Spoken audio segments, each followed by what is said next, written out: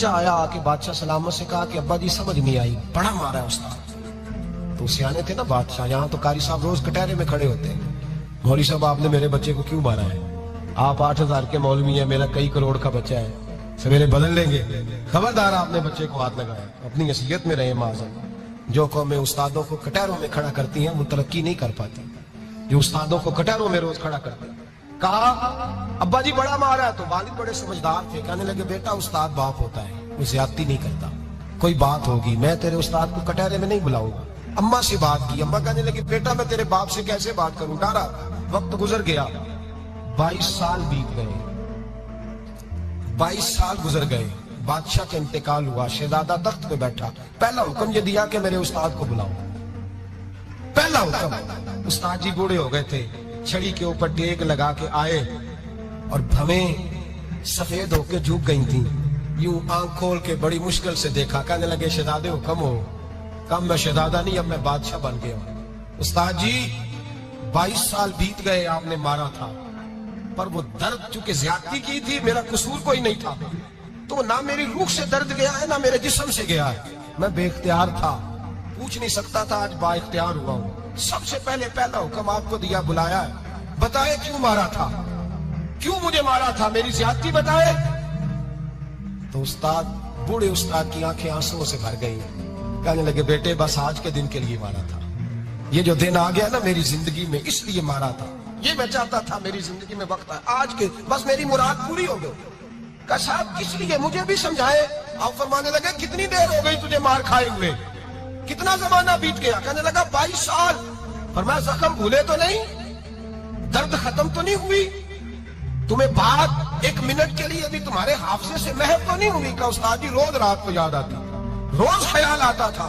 استاد کہنے لگے بھائی تو بے اختیار تھا، پوچھ نہیں سکا، 22 سال تجھے یاد رہا، مجھے پتا تھا تو ایک دن حکمران بنے گا، میں نے تجھے اس لیے مارا تھا کہ بیٹے یاد رکھنا، کسی پہ ظلم نہ کرنا، اگر تجھے 22 سال تک یاد رہا ہے تو جس پر تو ظلم کرے گا اسے بھی قیامت تک یاد رہے گا، اور یہ یاد رکھنا تو آج با اختیار ہوا تو تو نے مجھے بلا لیا ہے، قیامت کے دن غریب با اختیار ہو جائیں گے، مظلوم با اختیار ہو جائیں گے، وہ با اختیار ہوں گے باللہ الواحد القہار، رب کریم کی بارگاہ کے اندر ان کا اختیار ہوگا، اکیلے اللہ کی حکمرانی ہوگی، پھر وہ بلائیں گے بڑے بڑے کج کلا، دنیا میں جن کی پگڑیاں اونچی تھی وہ سر جھکائے کھڑے ہوں گے، دنیا میں جو ڈکٹیٹر بنتے تھے ان کی پشتیں لال ہوں گی، ان کو غدار لکھا جائے گا، قیامت تک نہیں بھولے گا۔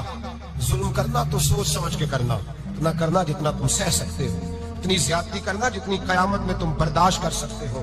میرے نبی کریم صلی اللہ علیہ وسلم نے فرمایا ظلم سے بچو، یہ قیامت کے اندھیروں میں سے ایک اندھیرا ہوگا، زندگی میں زیادتی نہ کریں، اگر تھوڑی دیر کے لیے کوئی چیز برداشت کر جائیں گے تو وہ فائدہ دے جائے گی، کچھ دیر کے لیے اگر سہ جائیں گے تو نفع مل جائے گا، سہنے کی کوشش کریں لیکن زیادتی نہ کریں، نظر کو، سوچ کو، ذہن کو پاک رکھیں، اور میرے بھائی زندگی پوری ظلم سے بچیں، زیادتی سے بچیں۔ امیر المومنین حضرت جناب سیدنا عمر فاروق رضی اللہ تعالیٰ عنہ رات گھر میں تھے تو رونے لگے، بڑی دیر تک روتے رہے، والدہ اٹھی تو صاحبزادے سے کہنے لگی پتہ کرو تمہارے باپ کو کیا مسئلہ ہے۔ شہزادے آئے، کہنے لگے امیر المومنین والد گرامی کیا ہوا؟ تو حضرت عمر فاروق کہنے لگے بیٹا اپنی اماں کو بلاؤ۔ والدہ آ گئی، کیا بات ہے، کچھ طبیعت خراب ہے تو حکیم کا بندوبست کیا جائے۔ تو حضرت عمر کہنے لگے کچھ بھی نہیں، آج مسجد سے نکلا ہوں تو نبی پاک کے صحابہ میری تعریفیں کر رہے تھے۔ یہ حضرت فاروق اعظم کے وصال کے قریب کے دن ہے، تعریف تو حضرت یہ رونے کی بات ہے کہ خوش ہونے کی؟ آپ فرمانے لگے نہیں، سوچتا ہوں باہر تو میں اچھا رہا ہوں، پتہ نہیں گھر میں ہی کوئی زیادتی نہ ہو گئی ہو، پتہ نہیں تمہارے ساتھ بھی میرے معاملات ٹھیک تھے کہ نہیں، صحابہ تو تعریف کرتے ہیں، رو رہا ہوں تمہاری وجہ سے نہ الجھ جاؤں، بیوی ہی نہ کہے میرا حق ہی ادا نہیں کیا۔ یہ لفظ کہتے کہتے پہاڑ ہے یہ شخص، کیسر و کسرا کامتے ہیں۔ حضرت عمر رو پڑے، بی بی سے کہنے لگے مجھے اللہ کی رضا کے لیے معاف نہیں کر دیتی؟ میرے اوپر بوجھ تھا امت کا، میں ساری رات مدینے کی گلیوں میں پھرتا تھا، دن سارا مسجد میں گزرتا تھا، میں تجھے وقت نہیں دے پایا، معاف نہیں کر دیتی؟